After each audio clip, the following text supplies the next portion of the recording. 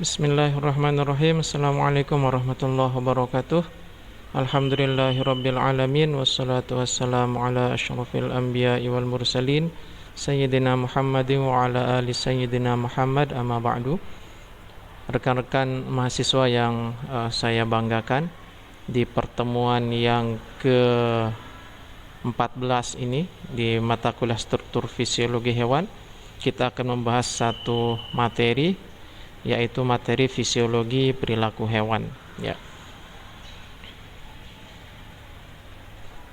Outline pembahasan kita pada pagi ini, yang pertama ada pendahuluan, kemudian dilanjutkan dengan neuronal circuit, neuronal circuit atau neural circuit, dan kemudian kita akan membahas tentang contoh-contoh perilaku yang terkategori sebagai perilaku yang simple, sederhana, and kompleks, dan perilaku yang kompleks. Baik, kita mulai dari yang outline yang pertama tentang introduction atau pendahuluan tentang fisiologi perilaku hewan.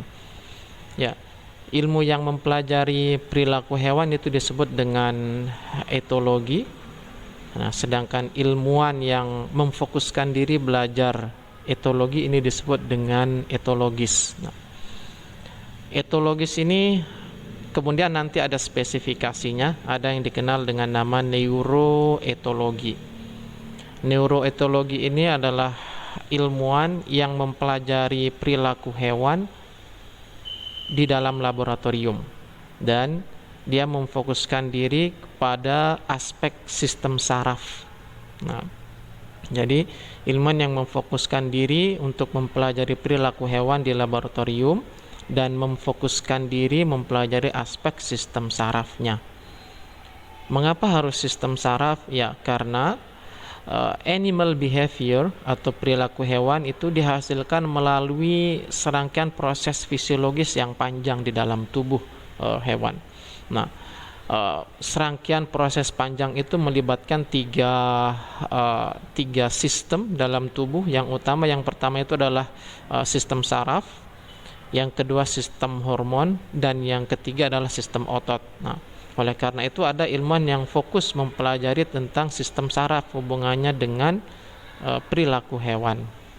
Nah, lebih jauh kita akan membahas pokok bahasan yang kedua, yaitu neural circuit. Nah, mungkin ini istilah baru bagi teman-teman, termasuk baru juga bagi saya pribadi, karena ini adalah pokok bahasan yang tergolong pokok bahasan baru di struktur fisiologi hewan. Di semester sebelumnya ini belum kami masukkan sebagai pokok bahasan. Baik, neural circuit ini berasal dari dua kata, neural and circuit. Ya, neural itu artinya saraf, sedangkan circuit itu jalur atau lintasan. Nah, mengapa dikatakan neural circuit? Karena jalur itu menggunakan jalur sistem saraf, makanya disebut neural circuit. Nah, neural circuit ini harus dilalui oleh hewan untuk menimbulkan perilaku. Nah, neural circuit ini terdiri atas 3 jalur utama. The first is jalur sensoris atau sensoris circuit. Yang kedua adalah jalur integrator, dan yang terakhir adalah jalur motoris. Ya. Ini skematiknya ya, skematik secara umum bagaimana satu perilaku itu dihasilkan melalui jalur saraf atau neural circuit. Nah, yang pertama ada stimulus, ini secara umum saja, stimulus atau rangsangan. Ya, rangsangan itu banyak jenisnya. Salah satunya adalah rangsangan berupa getaran. Nah, getaran kan teman-teman sudah praktikum sebelum ini tentang pengaruh getaran mikrosismik terhadap perilaku ikan lele. Nah, getaran yang diberikan kepada ikan lele itu adalah stimulus atau rangsangan. Sama dengan getaran gempa di 2018 yang lalu. Nah, itu kan membuat kita berperilaku kaget, ada yang lari, ada yang teriak, dan lain sebagainya. Nah, perilaku teriak itu, perilaku lari itu adalah behavior, perilaku. Nah, mengapa dia muncul perilaku lari? Itu dia harus melewati sirkuit ini, lintasan ini atau jalur ini. Baik, kita bahas. Nah, ini yang akan kita bahas, kita fokus bahasanya ke sini nih. Bagaimana mekanismenya sehingga muncul perilaku berlarian, perilaku teriak atau perilaku menangis. Ya, stimulus, rangsangan datang, kemudian ada ini sensory input. Stimulus ini dibawa dia ke jalur saraf, ke neural circuit ini oleh sensory input. Sensory input itu berupa reseptor, ya, berupa reseptor. Reseptor itu ada di panca indera kita semua, ada di semua panca indera makhluk hidup termasuk hewan, atau dia ada di bagian-bagian tubuh tertentu pada hewan. Secara sederhana saya contohkan pada manusia, reseptor itu ada di mata, khususnya di bagian retina. Nah, itu ada fotoreseptor namanya. Nah, biasanya kalau dia reseptor pasti ada kata di depannya yang menunjukkan dia itu spesifik menangkap atau spesifik menangkap stimulus tertentu. Contohnya fotoreseptor. Ada foto kan di situ. Foto itu cahaya, sedangkan reseptor itu penerima maksudnya. Sehingga kalau diterjemahkan, fotoreseptor itu adalah reseptor yang khusus menerima rangsangan berupa cahaya. Nah, itu reseptor yang ada di mata. Kemudian reseptor yang ada di telinga juga ada, namanya mekanoreseptor. Mekano itu mekanik, dia menerima rangsangan berupa tekanan-tekanan mekanik, sehingga kita bisa mendengar dan seterusnya. Nah, sensory input ini dalam bentuk reseptor, sekali lagi ada di panca indera manusia. Kalau di hewan itu ada juga dia di bagian-bagian tubuh tertentu pada hewan. Ya, contohnya kalau teman-teman lihat di laba-laba di bagian kakinya itu ada semacam duri-duri di situ, duri-duri atau bulu-bulu. Nah, itu adalah mekanoreseptornya. Nah, nanti teman-teman bisa lihat video bagaimana laba-laba itu makan di channel Joyful Learning. Nah, kemudian setelah dibawa oleh reseptor masuk ke neural circuit. Nah, ini jalur sarafnya.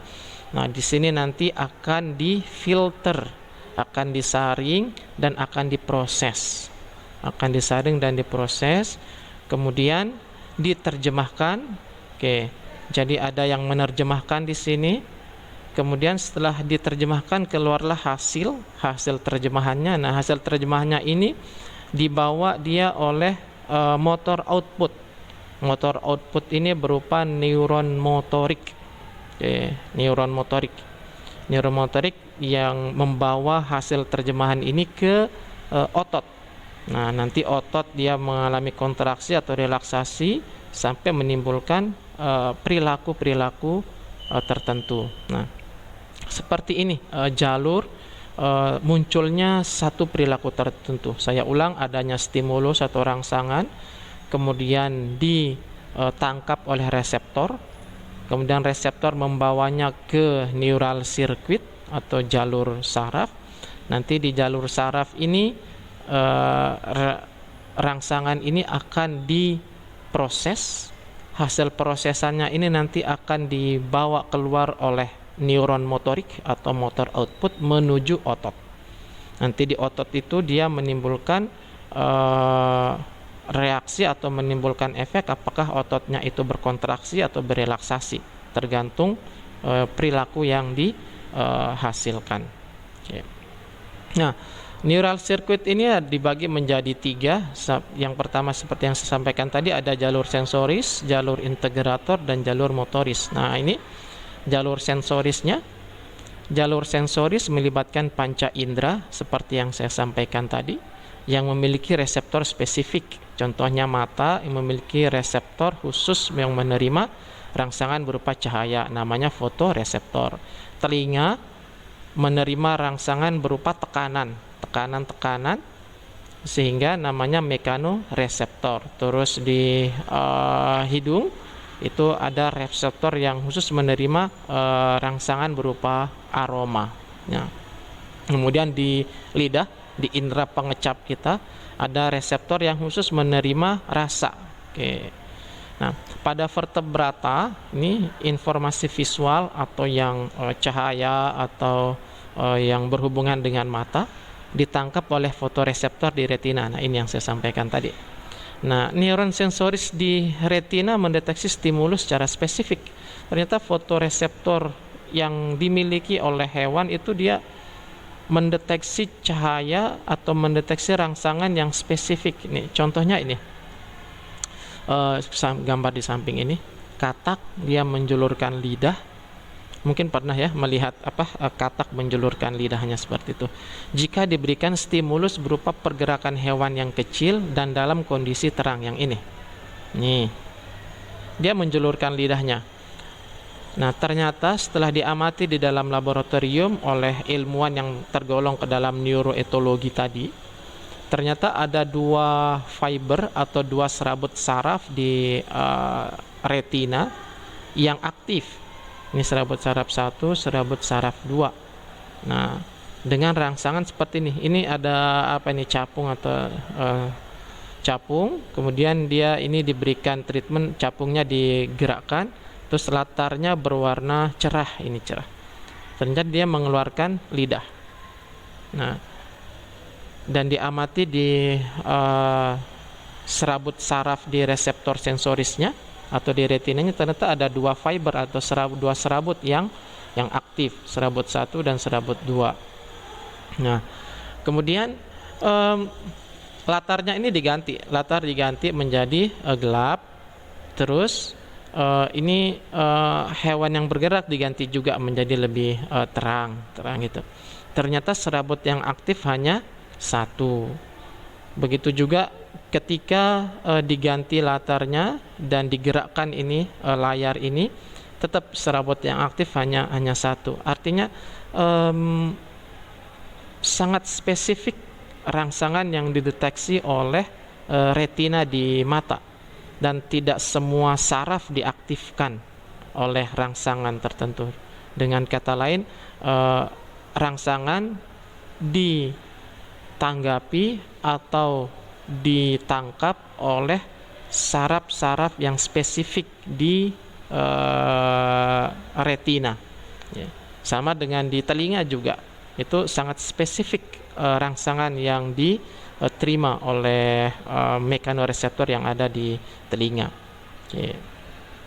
Nah, ini jalur kedua, jalur motorik. Oke. Jalur motorik ini yang fungsinya mengantarkan hasil rangsangan ke otot sampai dia menimbulkan perilaku. Ingat tadi ada 3 sistem utama yang dilibatkan oleh fisiologi perilaku hewan ini supaya dia bisa menimbulkan menimbulkan perilaku. Yang pertama saraf, yang kedua hormon, yang ketiga otot. Nah, sehingga hasil terjemahannya itu akan disampaikan ke otot, ke muscles ini. Nih. Sehingga dia mulai dari saraf di otak sampai motor neuron. Motor neuron itu yang neuron motorik. Oke. Kan di pembahasan sistem saraf yang beberapa waktu lalu itu, berdasarkan fungsinya neuron itu dibagi jadi 3. Ingat sekali lagi, ada neuron sensoris, neuron motoris, dan neuron integrator. Neuron motoris itu neuron yang mengantarkan hasil terjemahan dari integrator menuju ke efektor, dalam hal ini otot. Sedangkan neuron sensoris itu neuron yang mengantarkan rangsangan menuju ke integrator. Nah, ya, ini jalur dari neuron motorik. Jadi dia mulai dari dari otak, saraf di otak itu termasuk neuron motorik juga. Kemudian hasil terjemahannya ini, ceritanya ini sudah diterjemahkan ininya. Ceritanya sudah diterjemahkan rangsangannya, kemudian diantarkan oleh neuron motoris ke muscle. Nanti muscle nanti menyebabkan terjadinya perilaku-perilaku tertentu. Kemudian ini ada tanda panah begini nih, ada tanda panah. Ini artinya feedback atau umpan balik. Umpan balik untuk mengatur perilaku itu. Misalnya saja ini kita otot lengan kita sudah berkontraksi, kemudian sudah capek kan tidak mungkin berkontraksi terus. Oleh karena itu nanti dari otot ini pun akan memberikan feedback atau umpan balik kepada otak, kepada neuron motorik supaya kontraksi ini dihentikan sehingga tidak terus-menerus kontraksi. Nah, itu maksudnya jalur yang ini. Sehingga ada semacam pengontrol supaya perilaku itu tetap terkendali. Nah, apa yang terjadi kalau perilakunya tidak terkendali? Ya kalau manusia itu gila namanya. Ya perilakunya gila. Atau kalau pada hewan, kalau perilakunya tidak terkendali, itu akan menyebabkan gangguan-gangguan organ-organ tertentu. Contohnya yang saya sampaikan tadi, pas otot kita ini terus berkontraksi, kalau berkontraksi terus kan itu bahaya. Itu bisa menyebabkan pecahnya pembuluh darah nanti kalau terus berkontraksi. Oleh karena itu dia harus dikontrol perilakunya. Oke. Nah, ini supaya lebih jelas nih. Ini ada judulnya, perilaku hewan yang sederhana. Sederhana ini maksudnya perilaku ini dia sudah teramati dengan sangat detail dan sangat jelas dan diketahui jalur-jalurnya oleh para ilmuwan neuroetologi. Nah, pertama ini nama perilakunya adalah lengkung refleks, gerak refleks. Ya, mungkin teman-teman pernah mendengar sebelumnya di SMA atau di semester 1 atau 2 gitu ya. Perilaku refleks atau gerak refleks. Misalnya kita ditusuk paku atau kena sama panas wajan, kan tangan kita langsung mengangkat, refleks seperti itu. Nah, itu namanya gerak refleks. Nah, bagaimana mekanismenya gerak refleks ini? Apakah dia melewati neural circuit tadi? Jawabannya iya, dia melewati neural circuit ini. Mekanismenya nih, dari sini dulu. Components of reflex arch, ini komponen-komponen dalam lengkung refleks. Lengkung refleks ini ya. Yang pertama ada reseptor, pasti ada ini reseptor. Sekali lagi, fungsi reseptor itu adalah menerima stimulus atau rangsangan. Kemudian ada afferent pathway. Nah, afferent pathway ini adalah saraf neuron sensoris. Jalur sensorisnya mulai neuron sensoris yang membawa stimulus ini ke sistem saraf di sini. Kemudian ada integrating center. Nah, integrating center ini adalah pusat pengolahan informasi. Dalam hal ini ada di sumsum tulang belakang kalau gerak refleks. Oke. Kemudian ada efferent pathway. Efferent pathway ini mulai dari sini. Sini. Ini adalah neuron motoriknya. Yang tadi kita bahas jalur motoriknya, neuron motorik yang membawa hasil terjemahan dari integrating center ini. Oke, kemudian ada efektor organs. Nah, organ efektor. Coba lihat yang ini adalah otot kan? Jadi hasil rangsangan, hasil olahan rangsangannya dibawa oleh neuron motorik ke otot. Nanti otot ini biasa berkontraksi atau bisa berelaksasi tergantung jenis perilakunya. Lalu di mana sirkuit neural sirkuitnya? Ya, dari sini. Afferent pathway. Ini jalur sensorisnya. Terus kemudian yang di sini, ini yang ada plus ini artinya stimulate. Ini ada sinaps. Ini sinaps ini cabang-cabang begini ada bersinapsis. Ini yang integrating centernya, bagian yang menerjemahkan. Nah, komponen ketiga tadi jalur motorik, ya mulai dari sini, efferent pathway sampai ke ototnya. Nah, itu jalur motoriknya. Coba kita bahas satu-satu nih. Satu-satu. Stimulus dari sini nih gambarnya. Ini ceritanya sedang ada apa ini? Ada api. Kemudian ini ada kakinya monyet ini, monyet ekor panjang. Tuh, ada bulu-bulunya, Oke, kemudian dia menginjak percikan-percikan api. Oke, kemudian perilakunya ini langsung diangkat kakinya. Nah, bagaimana proses mekanisme dia mengangkat kaki? Mulai dari sini nih. Oke, kemudian ada stimulusnya masuk, stimulus ditangkap nih oleh thermal pain receptor. Ini reseptor panas yang ada di kulit, ditangkap oleh reseptor. Kemudian nanti reseptornya memberikan informasi itu ke neuron sensoris, ke afferent pathway ini. Nah, nanti neuron sensorisnya terus membawa rangsangannya ke integrating center. Integrating center ada di sumsum tulang belakang ini. Itu diterjemahkan apa yang terjadi. Nah, ternyata ada 3 ini, 1, 2, 3. Neuron sensoris ini ternyata mengaktifkan 3 jenis interneuron atau 3 jenis saraf di integrator ini. Yang pertama, interneuron yang berperan untuk excitatory. Oke, interneuron excitatory ini yang meneruskan rangsangan ke neuron motorik. Yang kedua ada interneuron inhibitory. Nah, interneuron inhibitory ini adalah interneuron atau saraf di integrator yang berperan untuk menghambat terjadinya kontraksi. Oke. Kalau yang excitatory ini memicu terjadinya kontraksi.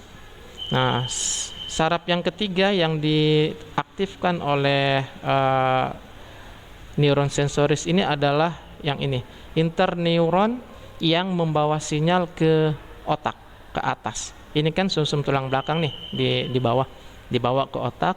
Nanti itu digunakan untuk penyimpanan, untuk memori atau untuk kesiapsiagaan kalau ada stimulus yang datang yang sama dan sebagainya. Nah, kita lanjutkan. Oke, terus nih yang pertama, interneuron yang pertama, neuron excitatory ini, interneuron excitatory ini akan memicu mengolah rangsangan ini, dan hasilnya adalah memerintahkan otot bisep untuk berkontraksi. Itu hasil terjemahannya.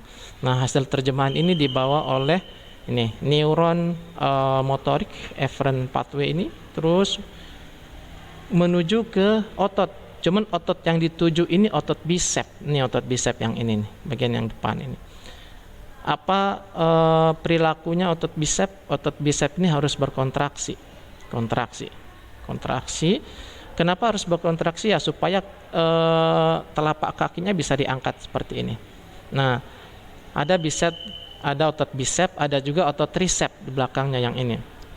Nah, otot tricep ini tidak boleh berkontraksi. Kalau tetap berkontraksi nanti tidak bisa terangkat kakinya.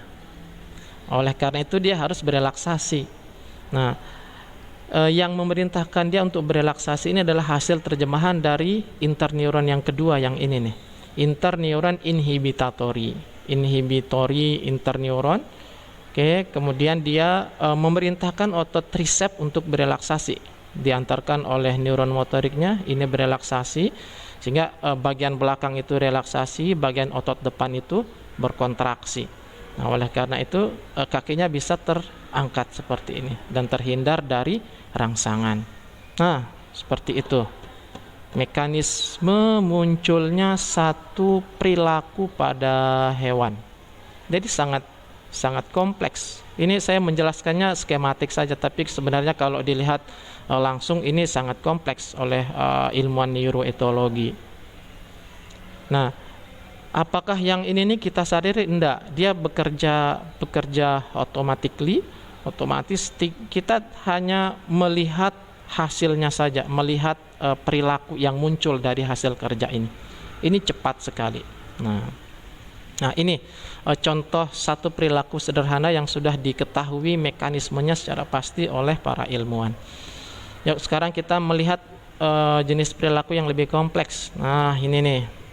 Nah, gambar ini kami ambil bersama koas pada waktu pengamatan perilaku hewan di kampus nih. Ini ada Passer montanus. Ya, teman-teman mungkin pernah melihat ininya, videonya ya. Videonya nanti saya uploadkan di YouTube. Ini perilaku sedang melakukan perkawinan. Passer montanus atau burung masjid bahasa saya. Kalau bahasa bukunya burung gereja, tapi saya pakai masjid saja, burung masjid. Nah, perilaku ini ternyata ada pemicunya sebelum dia melakukan perilaku seperti ini. Nah, pemicu itu stimulus rangsangan. Rangsangannya diberikan oleh hewan betina, dan saya amati videonya, ternyata rangsangannya itu berupa pergerakan bulu pada ekor. Pergerakan bulu pada ekor dengan gerakan-gerakan tertentu, itulah stimulusnya yang memicu atau menarik perhatian si jantan untuk melakukan perkawinan. Nah,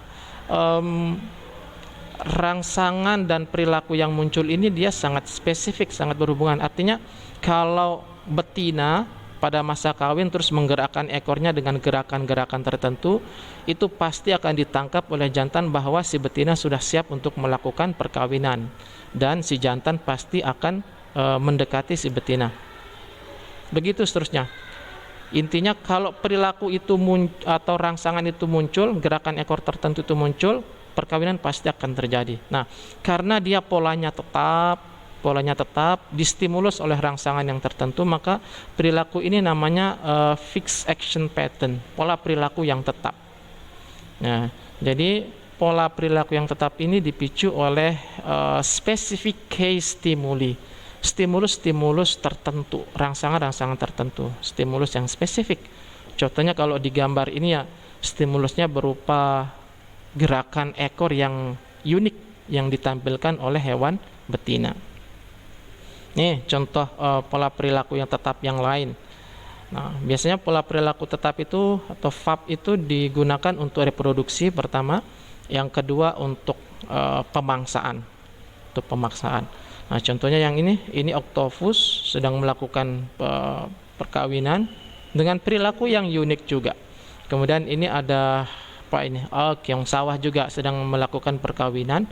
Cuman saya belum pernah mengamati perilaku kawinnya keong sawah sama octopus. Kalau burung sudah tadi.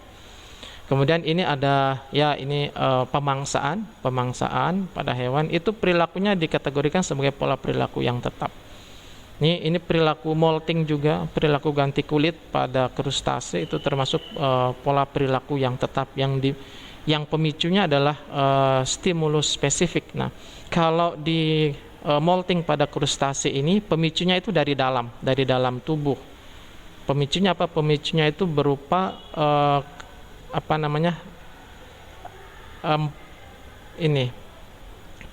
gesekan-gesekan dari kulit yang baru di dalam tubuh. Mekanik jenis rangsangannya. Nah, pergerakan kulit yang baru di dalam tubuh itulah yang menyebabkan terjadinya perilaku ganti kulit atau molting pada krustase. Nah, ini juga nih. Ini treatment eksperimen untuk mengetahui satu ikan tertentu. Ini saya lupa apa jenis ikannya ini. Kalau tidak salah ikan tertentu lah, lupa saya nama ikannya. Nah, dia diberikan rangsangan atau stimulus dengan posisi ikan yang berbeda-beda. Posisi mana yang menstimulus dia untuk menimbulkan perilaku kawin atau menarik dia untuk melakukan perkawinan. Pertama, ini dia horizontal seperti ini, hasilnya dia agresif untuk kawin. Kemudian horizontal juga, cuman dirubah posisi mata ikan umpannya dirubah seperti ini dan bentuknya dirubah, ternyata dia agresif juga. Nah, sekarang yang B posisinya dirubalik jadi vertikal seperti ini. Ini vertikal, hasilnya gimana? Dia nggak ngerespon, nggak ada respon perilaku yang muncul dari si jantan. Nah, jadi dengan demikian ini membuktikan bahwa pola perilaku yang tetap itu dirangsang atau distimulus oleh rangsangan yang khusus atau spesifik tertentu gitu. Oke. Nah, ini perilaku yang kedua yang tergolong kompleks, orientasi.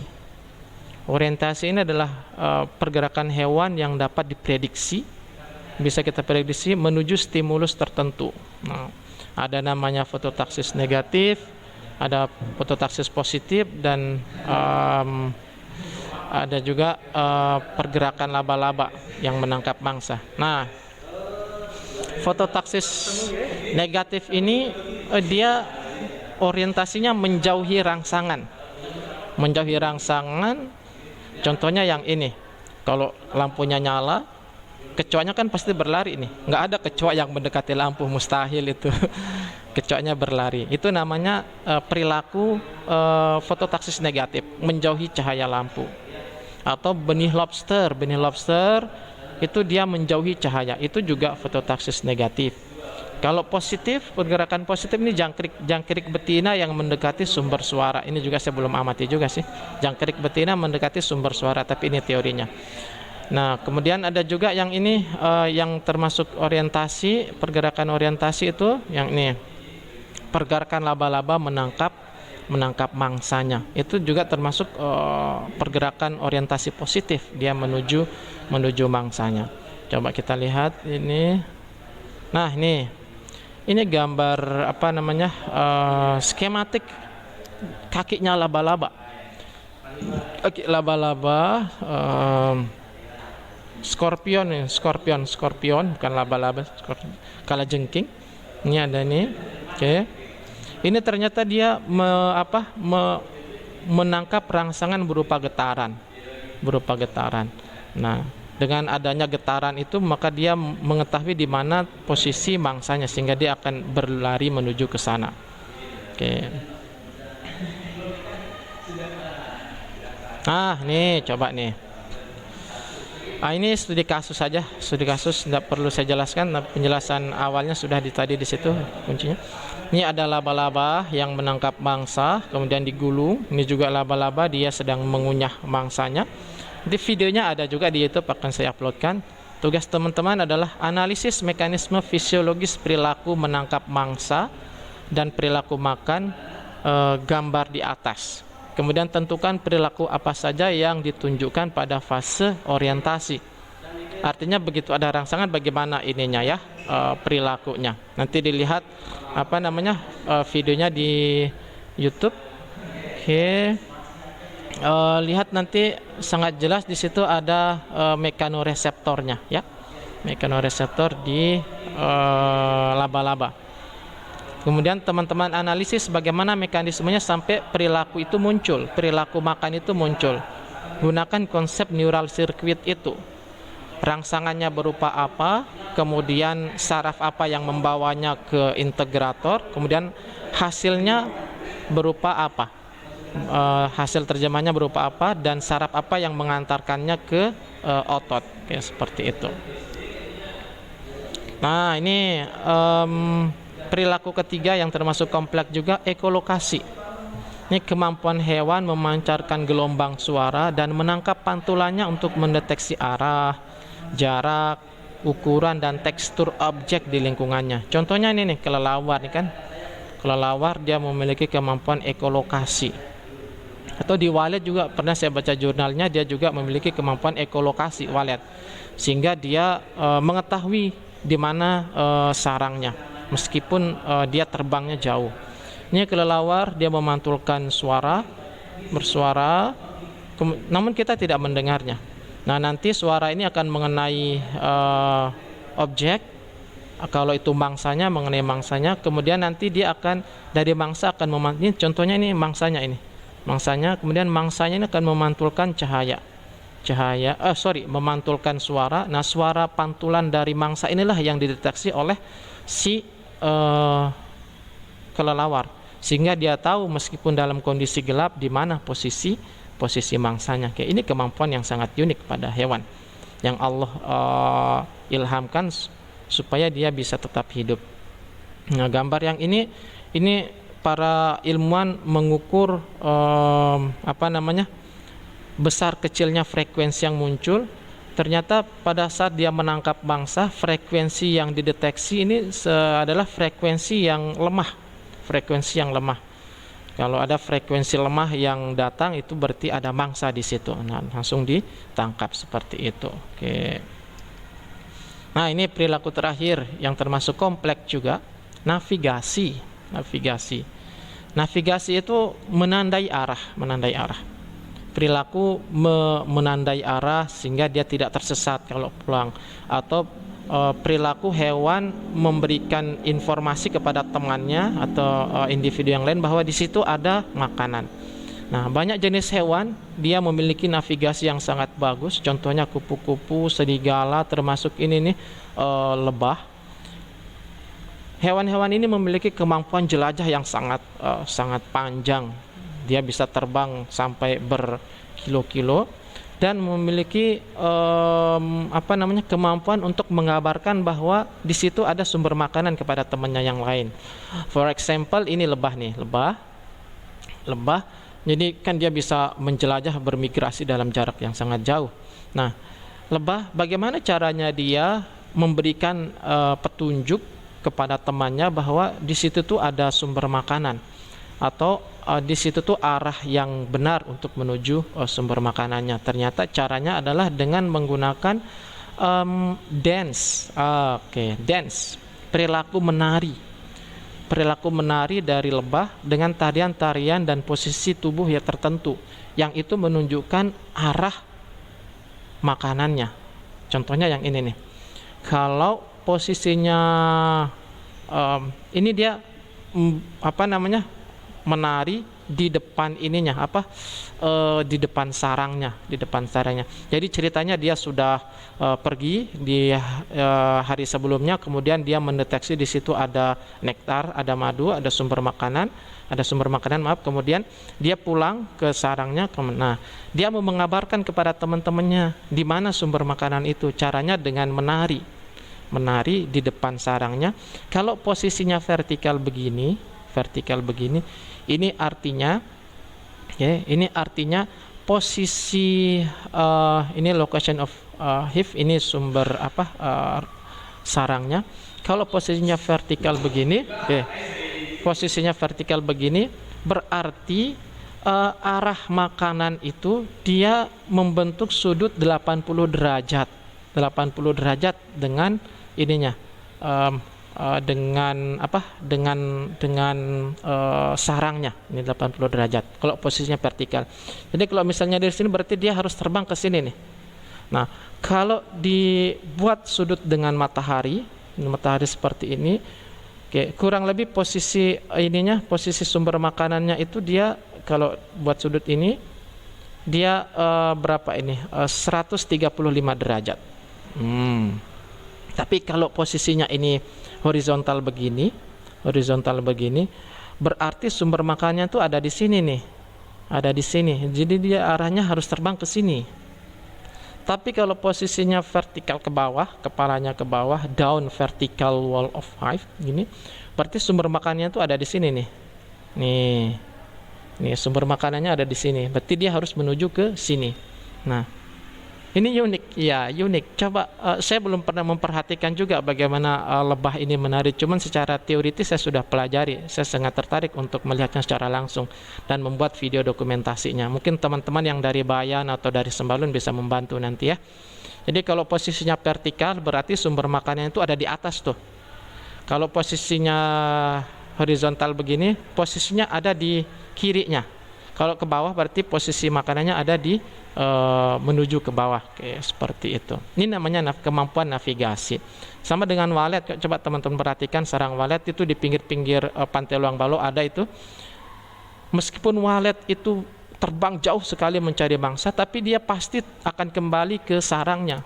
Mengapa? Karena dia memiliki navigasi dan kemampuan ekolokasi yang sangat bagus.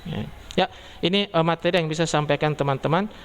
Silakan dianalisis studi kasus tadi tentang laba-laba, kemudian teman-teman analisis bagaimana perilakunya di masa orientasi, reseptornya itu berupa apa, kemudian hasil olahannya seperti apa, dan perilaku yang dimunculkan itu seperti apa.